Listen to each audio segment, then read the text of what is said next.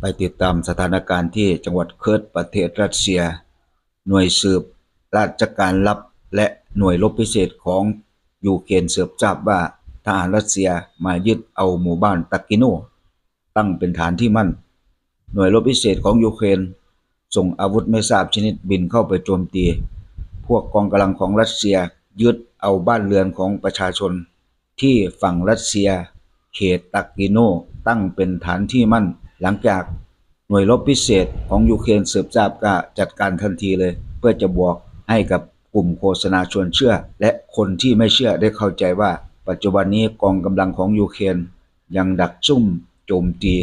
กองกำลังของรัสเซียที่จังหวัดเคิร์ดแม้กระทั่งที่ลิ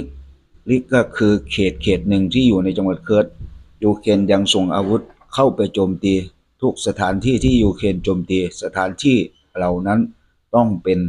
สถานที่เกี่ยวเนื่องด้วยทหารเท่านั้นถ้าหากบ้านหรือชุมชนเขตไหนบริเวณใดที่กองกำลังรัสเซียมาตั้งค่ายฐานทัพยูเครนจะถล่มทันทีเพื่อประกาศฤทธิ์ศักดาเดชให้รัสเซียทราบว่าที่เขตจังหวัดเคิร์ดยูเครนยังปักหลักและคอยดักซุ่มโจมตี